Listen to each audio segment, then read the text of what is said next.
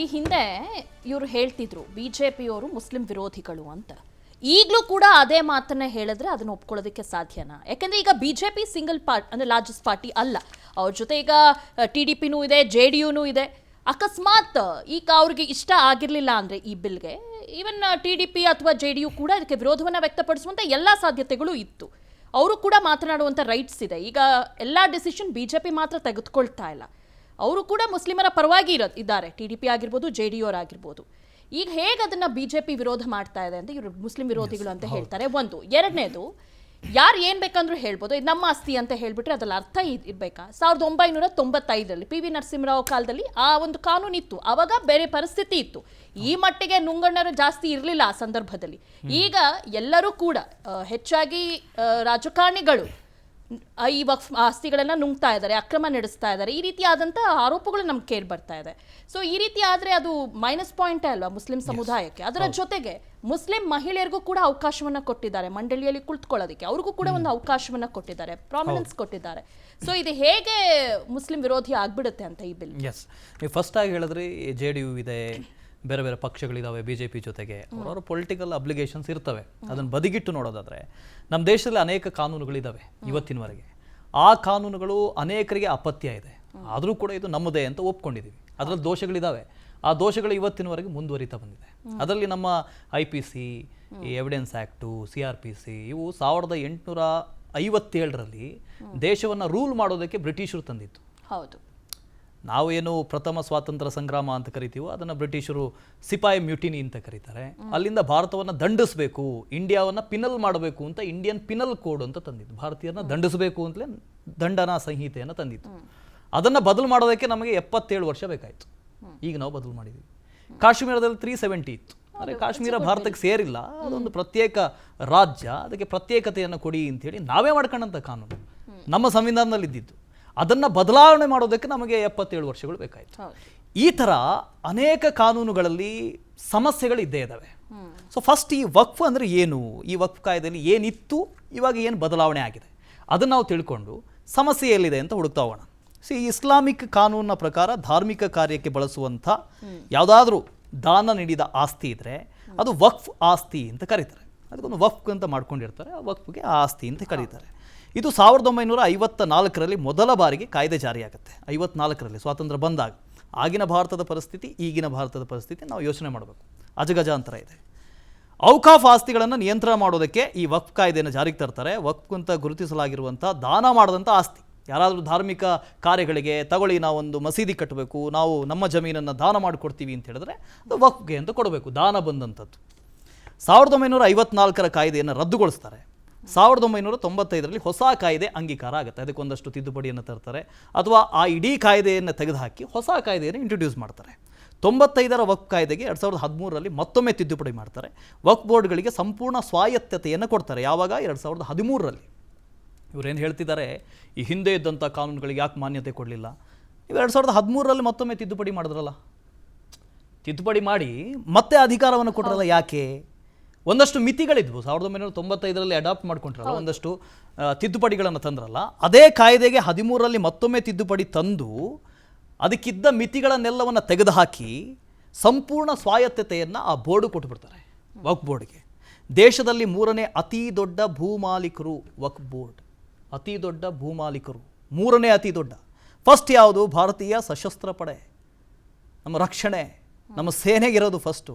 Second railway ಇಲಾಖೆ. ಅದನ್ನು ಬಿಟ್ಟರೆ 3ನೇ ಅತಿ ದೊಡ್ಡ ಆಸ್ತಿ ಹೊಂದಿರುವಂಥ ಸಮಿತಿ ಇದು, ವಕ್ಫ್ ಬೋರ್ಡ್ ಇದು. ಈಗ ಏನೆಲ್ಲ ಬದಲಾವಣೆಗಳನ್ನು ಮಾಡಿದ್ದಾರೆ ಈ ಹೊಸ ತಿದ್ದುಪಡಿಯಲ್ಲಿ ಏನಿದೆ? ವಕ್ಫ್ ಮಸೂದೆಯಲ್ಲಿ ಕೇಂದ್ರದಿಂದ ಒಟ್ಟು 44 ತಿದ್ದುಪಡಿಯಾಗಿದೆ. ಆಸ್ತಿಗಳನ್ನು ಉತ್ತಮವಾಗಿ ನಿರ್ವಹಿಸಬೇಕು ಅನ್ನೋದು ಕೇಂದ್ರದ ಉದ್ದೇಶ ಅಂತ ಹೇಳ್ತಾ ಇದ್ದಾರೆ. ತಿದ್ದುಪಡಿ ಮಸೂದೆಯಲ್ಲಿ ವಕ್ಫ್ಗೆ ದಾನ ಮಾಡೋದಕ್ಕೆ ಕೆಲ ನಿಯಮಗಳಿದ್ದಾವೆ. ಸುಮ್ಮನೆ ಯಾರೋ ನಾನು ದಾನ ಮಾಡ್ತಾ ಇದ್ದೀನಿ, ನಂದು ಜಮೀನು ತಗೊಳ್ಳಿ, ಇದು ನಿಮ್ಮ ವಕ್ಫ್ಗೆ ಅಂತ ಹೇಳಕ್ಕೆ ಬರಲ್ಲ. ಅದಕ್ಕೊಂದು ನಿಯಮಗಳಿದ್ದಾವೆ. ಕನಿಷ್ಠ 5 ವರ್ಷಗಳಿಂದ ಮುಸ್ಲಿಂ ಧರ್ಮ ಅನುಸರಿಸ್ತಾ ಇರುವಂಥ ವ್ಯಕ್ತಿಗೆ ಮಾತ್ರ ಅವಕಾಶ ಇರುತ್ತೆ. ನಾಳೆ ನೀವೆಲ್ಲಾದರೂ ಹಿಂದೂವಿನಿಂದ ಮುಸ್ಲಿಮ್ಗೆ ಕನ್ವರ್ಟ್ ಆಗಿ ನಾಳೆನೇ ನಾನು ಕೊಟ್ಟುಬಿಡ್ತೀನಿ ನನ್ನ ಜಮೀನು ಅಂತ ಹೇಳಿದ್ರೆ ಕೊಡಕ್ಕೆ ಬರೋದಿಲ್ಲ.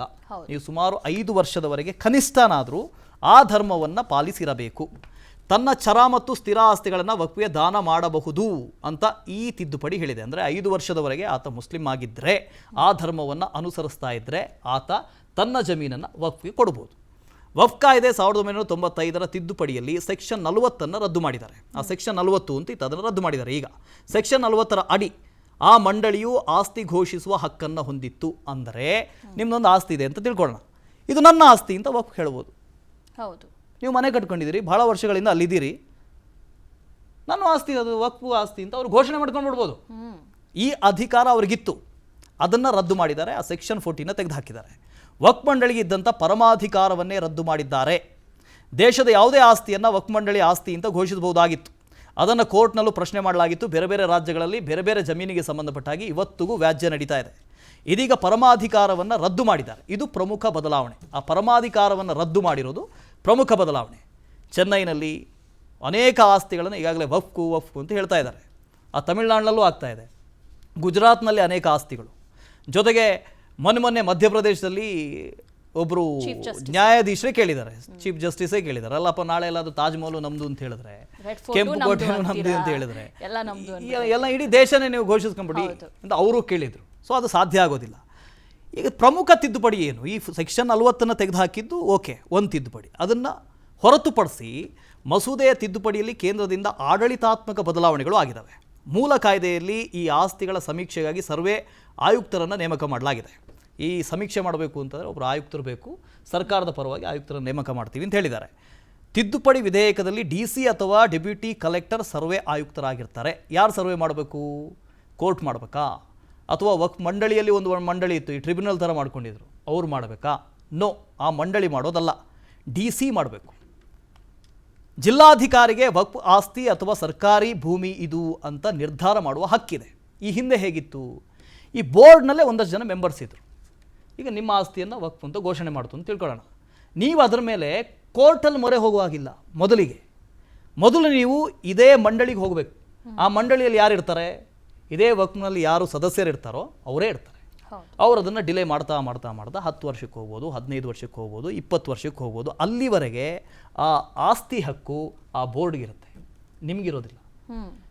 ಅದೇ ಇಲ್ಲೇನು ಮಾಡಿದ್ದಾರೆ, DC ಕೊಡಬೇಕು ಅಂತ. ಆ ನ್ಯಾಯ ಮಂಡಳಿಯಲ್ಲಿ ಯಾರಿರಬೇಕು? DC ಇರಬೇಕು, ಡಿಸ್ಟ್ರಿಕ್ಟ್ ಮ್ಯಾಜಿಸ್ಟ್ರೇಟ್ ಇರಬೇಕು, DM ಇರಬೇಕು. ಇದು ಪ್ರಮುಖ ಬದಲಾವಣೆ. ಇಲ್ಲಾಂದರೆ ನೀವು ಏನು ಮಾಡ್ತೀರಿ, ಅಲ್ಲಿ ಹೋಗ್ತೀರಿ, ಅವ್ರು ಯಾರೋ ಮಂಡಳಿಯಲ್ಲಿ ಇರ್ತಾರೆ. ಮಂಡಳಿಯಲ್ಲಿ ಯಾರು ಇರ್ತಾರೆ? ಅವರೇ ಇರ್ತಾರೆ. 6 ವರ್ಷ ಹೋಗ್ಬೋದು, 10 ವರ್ಷ ಹೋಗ್ಬೋದು. ಆಯ್ತಪ್ಪ, DC ಅವರು ಕೊಟ್ಟಂಥ ತೀರ್ಪಿನಲ್ಲಿ ನಿಮಗೆ ನಂಬಿಕೆ ಇಲ್ಲ ಅಂತಂದಾಗ ನೀವು ಕೋರ್ಟ್ಗೆ ಹೋಗ್ಬೋದು, ನ್ಯಾಯಾಲಯಕ್ಕೆ ಹೋಗ್ಬೋದು. ಇದು ಪ್ರಮುಖವಾದ ತಿದ್ದುಪಡಿಗಳು. ಇನ್ನೂ ಅನೇಕ ತಿದ್ದುಪಡಿಗಳನ್ನು ಮಾಡಿದ್ದಾರೆ. ಆದರೆ ಪ್ರಮುಖವಾದಂಥ ವಿರೋಧ ಏನು ಅಂತ ಆಗಲೇ ನಾನು ಕೇಳ್ತಿದ್ದೆ. ಒಂದು ಸಿದ್ದರಾಮಯ್ಯನವರು ಮಾಡಿದಂಥ ವಿರೋಧ. ಅವರು ಹೇಳಿದ್ರು ಇದು ಪರ್ಸ್ನಲ್ ಲಾ ಅಂತ ಹೇಳಿದ್ರು. ಇಟ್ಸ್ ನಾಟ್ ಪರ್ಸ್ನಲ್ ಲಾ. ಯಾರು ಹೇಳಿದ್ದು ಪರ್ಸ್ನಲ್ ಲಾ ಅಂತ? ಹಾಗಾದರೆ ಭೂಮಿಯ ಹಕ್ಕು ಪರ್ಸ್ನಲ್ ಲಾ ಆಗುತ್ತಾ? ನಮ್ಮಲ್ಲಿ ಮುಜರಾಯಿ ಇಲಾಖೆ ಇದೆಯಲ್ಲ, ಮುಜರಾಯಿ ಇಲಾಖೆಯ ಆಸ್ತಿಯ ಹಕ್ಕು ಸರ್ಕಾರಕ್ಕಿದೆ. ಯಾಕೆ ನೀವು ಕೊಟ್ಟಿಲ್ಲ ದೇವಸ್ಥಾನಗಳಿಗೆ? ಪರ್ಸ್ನಲ್ ಲಾ ಅಲ್ವಾ? ಹಂಗಾರೆ ಮುಸ್ಲಿಮರಿಗೆ ಮಾತ್ರ ಇರೋದು. ಮುಸ್ಲಿಮರು ಅಂತ ಹೇಳ್ತಾ ಇಲ್ಲ, ಯಾಕೆ ತಾರತಮ್ಯ ಮಾಡ್ತಾ ಇದ್ದೀರಿ ಅಂತ ನಾನು ಕೇಳ್ತಾ ಇರೋದು. ಎಲ್ರಿಗೂ ಒಂದೇ ಆಗಿರ್ಬೇಕಲ್ಲ. ನೀವು ಹೇಳಿದ್ರಿ ಸಮಾನತೆಯ ಬಗ್ಗೆ ಹೇಳಿದ್ರಿ. ಎಸ್, ಐ ಅಗ್ರಿ, ಸಮಾನತೆ ಬೇಕು. ನಮ್ಮ ಸಂವಿಧಾನ ಹೇಳಿದ್ದು, ಸಂವಿಧಾನ ಸಮಾನತೆ ಎಲ್ರಿಗೂ ಹೇಳಿದೆ, ಒಬ್ಬರಿಗೆ ಹೇಳಿಲ್ಲ, ಯಾವುದೇ ಒಂದು ಸಮುದಾಯಕ್ಕೆ ಹೇಳಿಲ್ಲ. ಎಲ್ಲ ಸಮುದಾಯಕ್ಕೂ ಸಮಾನತೆ ಹೇಳಿದೆ, ಎಲ್ರಿಗೂ ಸಮಾನತೆ ಇರಬೇಕು. ಆಮೇಲೆ ಇದು ಪರ್ಸ್ನಲ್ ಲಾ ಅಲ್ಲ. ನಮ್ಮಲ್ಲಿ ಮತ್ತೆ ಯಾಕೆ ಕಂದಾಯ ಇಲಾಖೆ ಇರೋದು? ಕಂದಾಯ ಇಲಾಖೆ ಯಾಕಿರೋದು? ಇವತ್ತು ನಮ್ಮಲ್ಲಿ ಮುಸ್ಲಿಮರ ಜಮೀನನ್ನು ಯಾರಾದರೂ ಖರೀದಿ ಮಾಡಬೇಕು ಅಂತ ಹೇಳಿದ್ರು ರಿಜಿಸ್ಟರ್ ಆಗಲೇಬೇಕು. ಅದಕ್ಕೇನೆಲ್ಲ ವಿಧಿವಿಧಾನಗಳಿದ್ದಾವೆ, ನಿಯಮಗಳಿದ್ದಾವೆ, ಕಾನೂನಿದೆ. ಆ ಕಾನೂನನ್ನು ಪರಿಪಾಲಿಸಲೇಬೇಕು. ಆಮೇಲೆ ಇದು ಸಮವರ್ತಿ ಪಟ್ಟಿಯಲ್ಲಿದೆ, ಕಾಂಕ್ರೆಂಟ್ ಲಿಸ್ಟಲ್ಲಿದೆ. ಕೇಂದ್ರ ಸರ್ಕಾರವು ಇಂಟರ್ವ್ಯೂನ್ ಮಾಡ್ಬೋದು. ಅದನ್ನೇ ಮಾಡಿದೆ ಇಲ್ಲಿ. ಸೊ ಅಲ್ಲಿ KC ವೇಣುಗೋಪಾಲ್ ಹೇಳ್ತಾ ಇದ್ರು, ಅದು ಏನದು ಫಂಡಮೆಂಟಲ್ ಅಟ್ಯಾಕ್ ಆನ್ ಕಾನ್ಸ್ಟಿಟ್ಯೂಷನ್ ಅಂತ ಹೇಳಿದ್ರು. ಅಂದರೆ ಸೆಕ್ಷನ್ 26 ಅವರು ಉಲ್ಲೇಖ ಮಾಡಿದರು. ಸೆಕ್ಷನ್ 26 ಏನು ಹೇಳುತ್ತೆ? The right to form and maintain constitution for religious and charitable intent ಅಂತ ಹೇಳುತ್ತೆ. ಆ ಹಕ್ಕು ಕೊಡಲಿ, ಇಲ್ಲ ಅಂತ ಹೇಳಲ್ಲ. ನೆಲದ್ದು ಒಂದು ಕಾನೂನು ಅಂತ ಇರುತ್ತಲ್ಲ, ನೆಲದ ಕಾನೂನು ಯಾರು ಮಾಡಬೇಕು? ಇದೇ ಸೆಂಟ್ರಲ್ ಗೌರ್ಮೆಂಟ್ ಮಾಡಬೇಕು ಅಥವಾ ಸ್ಟೇಟ್ ಗೌರ್ಮೆಂಟ್ ಮಾಡಬೇಕು, ಸರ್ಕಾರಗಳು ಮಾಡಬೇಕು. ನಾವು ಆಯ್ಕೆ ಮಾಡಿರೋದು ಅದಕ್ಕೆ. ನೀವು ಶಾಸನಗಳನ್ನು ಮಾಡಿ ಅಂತಲೇ ನಾವು ಆಯ್ಕೆ ಮಾಡಿ ಕಳಿಸಿರೋದು. ಅದನ್ನೇ ನೀವು ಸುಳ್ಳು ಅಂತ ಹೇಳೋದು, ಅದು ಧರ್ಮದ ಆಧಾರದಲ್ಲಿ ಅದು ತಪ್ಪು. ಎಲ್ಲದಕ್ಕೂ ಧರ್ಮ ತರಬೇಡಿ. ಓಕೆ, ಒಂದು ಯಾವುದೋ ಸರ್ಕಾರ ಬಂತು, ನಿಮಗೆ ಅದನ್ನು ವಿರೋಧ ಮಾಡಬೇಕು, ವಿರೋಧ ಮಾಡಿ. ಧರ್ಮದ ಆಧಾರದಲ್ಲಿ ಯಾಕೆ ಮಾಡ್ತೀರಿ? ಅಲ್ಲ 2009ರಲ್ಲಿ ವಕ್ಫ್ ಬೋರ್ಡಲ್ಲೇ 2 ಲಕ್ಷ ಕೋಟಿ ಅವ್ಯವಹಾರ ನಡೆದಿತ್ತು. ಈ ರೀತಿಯಾದಂಥ ಅವ್ಯವಹಾರಗಳು ನಡೀತಾ ಇರುತ್ತೆ. ಅದನ್ನೆಲ್ಲ ಅವಾಯ್ಡ್ ಮಾಡ್ದಂಗೆ ಎಲ್ಲೋ ಒಂದು ರೀತಿ ಈ ಬಿಲ್ ಉಪಯೋಗ ಆಗುತ್ತೆ ಅಲ್ವಾ? ಹೌದು, ಅವ್ರು ಹೇಳ್ತಿರೋದು ಅದೇ, ಈ ಥರದ ಅವ್ಯವಹಾರ ಆಗ್ತಾ ಬೋರ್ಡಲ್ಲಿ ಇದ್ದಾವೆ, ಆಗಿದ್ದು ನಮ್ಮಲ್ಲೇ ಆಗುತ್ತೆ. ಅದೇ ಹೇಳಿದ್ನಲ್ಲ, ನೀವು ಕೇಳೋರೇ ಇಲ್ವಲ್ಲ. ನೀವು ಕೇಳೋದಕ್ಕೆ ಎಲ್ಲಿ ಹೋಗಬೇಕು? ಅದೇ ಟ್ರಿಬ್ಯುನಲ್ ಹತ್ರ ಹೋಗಬೇಕು, ಅದೇ ವಕ್ಫ್ ಬೋರ್ಡಲ್ಲಿ ಹೋಗಬೇಕು, ಅದೇ ಮಂಡಳಿಗೆ ನೀವು ಹೋಗಿ ಮೊರೆ ಇಡಬೇಕು. ಅವ್ರು 10 ವರ್ಷ ತಗೊಳ್ತಾರೆ, 20 ವರ್ಷ ತಗೊಳ್ತಾರೆ. ಯಾರ ಭೂಮಿ ಯಾರ ಹತ್ರ ಇದೆ ಯಾರಿಗೂ ಗೊತ್ತಿಲ್ಲ. ನಿಮಗಂತೂ ಕೊನೆವರೆಗೂ ನ್ಯಾಯ ಸಿಗಲ್ಲ. ಇದು ಎಂಥ ಕಾನೂನು ಅಂತಲ್ಲ ರೀ. ನೀವು ನ್ಯಾಯಾಲಯಕ್ಕೆ ಹೋಗಬಾರ್ದು ಅಂತ ತಿಳ್ಬಿಡ್ತಾರಲ್ವಾ ಎಲ್ಲ? ಎಲ್ಲರೂ ಜನಗಳಿಗೆ ಏನ್ ಸಿಗುತ್ತೆ? ಅವ್ರು ಆ ಸಮುದಾಯದ ಜನಗಳಿಗೆ ಸಾಮಾನ್ಯರಿಗೆ ಏನು ಸಿಗೋದಿಲ್ವಲ್ಲ. ಅದಕ್ಕಿಂತ ಹೆಚ್ಚಾಗಿ ನಮ್ಮ ಸಂವಿಧಾನ ಅನ್ನೋದಿದೆ. ಆ ಸಂವಿಧಾನದಲ್ಲಿ ಎಲ್ಲರೂ ನ್ಯಾಯಾಂಗದ ಮೊರೆ ಹೋಗುವಂಥ ಅಧಿಕಾರವನ್ನು ಕೊಟ್ಟಿದ್ದಾರೆ. ಆ ವ್ಯವಸ್ಥೆನೇ ಇಲ್ಲಿ ಇಲ್ಲ ಅಂತ ಹೇಳಿದ್ರೆ ಹೇಗೆ? ಅದು ನನಗೆ ಆಶ್ಚರ್ಯ ಆಗೋದು, ಸುಮಾರು 2013ರಲ್ಲಿ ಈ ಬಿಲ್ಲನ್ನು ಅಮೆಂಡ್ ಮಾಡಿದ್ದಾರೆ. 13ರಿಂದ ಇಲ್ಲಿವರೆಗೆ ಇಷ್ಟು ವರ್ಷಗಳ ಕಾಲ ಏನು ಮಾಡಿದ್ರೆ ಹಾಗಾದರೆ ಯಾರಿಗೆ ನ್ಯಾಯ ಸಿಕ್ತು? ನ್ಯಾಯ ಅನ್ನೋದೇ ಇಲ್ವ ನಮ್ಮಲ್ಲಿ? ಇದು ಕೇವಲ ಟ್ರೈಲರ್ ಮಾತ್ರ. ಇಂಥ ಅನೇಕ ಕಾನೂನುಗಳಿದ್ದಾವೆ. ನೀವು ವಿರೋಧ ಮಾಡೋರು ಮಾಡಿ. ಆದರೆ ನಿಜಕ್ಕೂ ಈ ಕಾನೂನುಗಳು ತಿದ್ದುಪಡಿ ಆಗಲೇಬೇಕು, ಜನರಿಗೆ ನ್ಯಾಯ ಸಿಗಬೇಕು ಅಂತಾದರೆ. ಇದು ಆ ಸಮುದಾಯದಲ್ಲಿರುವ ತಳಮಟ್ಟದ ಆ ಸಮುದಾಯದ ಬಡವರಿಗೂ ಕೂಡ ಅನ್ವಯಿಸುತ್ತೆ. ನೀವು ಯಾರೋ ಹೇಳಿದ್ರು, ಯಾವುದೋ ಪೊಲಿಟಿಕಲ್ ಪಾರ್ಟಿ ಬಂದು ಹೇಳ್ತು, ನೋಡ್ರಿ BJP ಏನು ಮುಸ್ಲಿಂ ವಿರೋಧಿ. ಎಸ್, ಒಂದು ವೇಳೆ ಮುಸ್ಲಿಂ ವಿರೋಧಿ ಆಗಿದ್ದಿದ್ರೆ ನನಗಿಲ್ಲೊಂದು ಆಕ್ಷೇಪ ಇದೆ. ಆ ಇಡೀ ಮಂಡಳಿಯಲ್ಲಿ ಮುಸ್ಲಿಮೇತರನ್ನು ಸೇರಿಸಬೇಕು ಅಂತ ಹೇಳಿದ್ದಾರೆ. ಅದು ಯಾಕೆ ಅಂತ ಗೊತ್ತಿಲ್ಲ. ವಕ್ಫಲ್ಲಿ ಮುಸ್ಲಿಮೇತರರು ಬಂದು ಏನು ಮಾಡಬೇಕು? ಅವ್ರ ಕೆಲಸ ಏನು? ಒಂದು ಧರ್ಮದ ಮಂಡಳಿ, ಈಗ ನಾಳೆ ನಿಮಗೆ ಧಾರ್ಮಿಕ ದತ್ತಿ ಇಲಾಖೆ, ಯಾವುದೊಂದು ಇಲಾಖೆ, ಆ ಇಲಾಖೆಯಲ್ಲಿ ಮುಸ್ಲಿಮರನ್ನೊಬ್ಬರು ಸೇರಿಸ್ಕೊಳ್ಳೇಬೇಕು ಅಂತ ಹೇಳಿದಾಗ ಯಾಕೆ ಬೇಕು? ನೀವು ಜಾತ್ರೆ ಮಾಡೋದಕ್ಕೆ ಅವ್ರು ಯಾಕೆ ಬರಬೇಕು? ನಿಮ್ಮ ಧರ್ಮ ತಾನೆ. ಸೊ ಅದನ್ನು ಇಂಟರ್ವ್ಯೂನ್ ಮಾಡಿದೆ ಯಾಕೆ? ಅದನ್ನು ಪ್ರಶ್ನೆ ಮಾಡಿ, ಅದನ್ನು ಚರ್ಚೆ ಮಾಡಿ. ಅದನ್ನು ಬಿಟ್ಟು ಇಲ್ಲಿ ಸಲ್ಲದನ್ನೆಲ್ಲ ಚರ್ಚೆ ಮಾಡ್ಕೊಂಡು ಅದೇನು ಅದರಲ್ಲಿ ಅಮೆಂಡ್ ಆಗಬೇಕು ಅಂತ ಕೇಳ್ಕೊಂಡ್ರೆ ಅದರಲ್ಲಿ ವೇಸ್ಟ್ ಆಫ್ ಟೈಮ್ ಅಂತ ಅನ್ಸುತ್ತೆ. ಅನುಕ್ಷಣದ ಸುದ್ದಿಗಳಿಗಾಗಿ ವಿಸ್ತಾರ ನ್ಯೂಸ್ ಯೂಟ್ಯೂಬ್ ಚಾನೆಲ್ ಸಬ್ಸ್ಕ್ರೈಬ್ ಮಾಡಿ. ಹೊಸ ಸುದ್ದಿಗಳ ನೋಟಿಫಿಕೇಶನ್ಗಾಗಿ ಬೆಲ್ ಐಕಾನ್ ಕ್ಲಿಕ್ ಮಾಡಿ. ಲೇಟೆಸ್ಟ್ ಅಪ್ಡೇಟ್ಸ್ಗಾಗಿ www.vistaranews.com ವೆಬ್ಸೈಟ್ಗೆ ವಿಸಿಟ್ ಮಾಡಿ.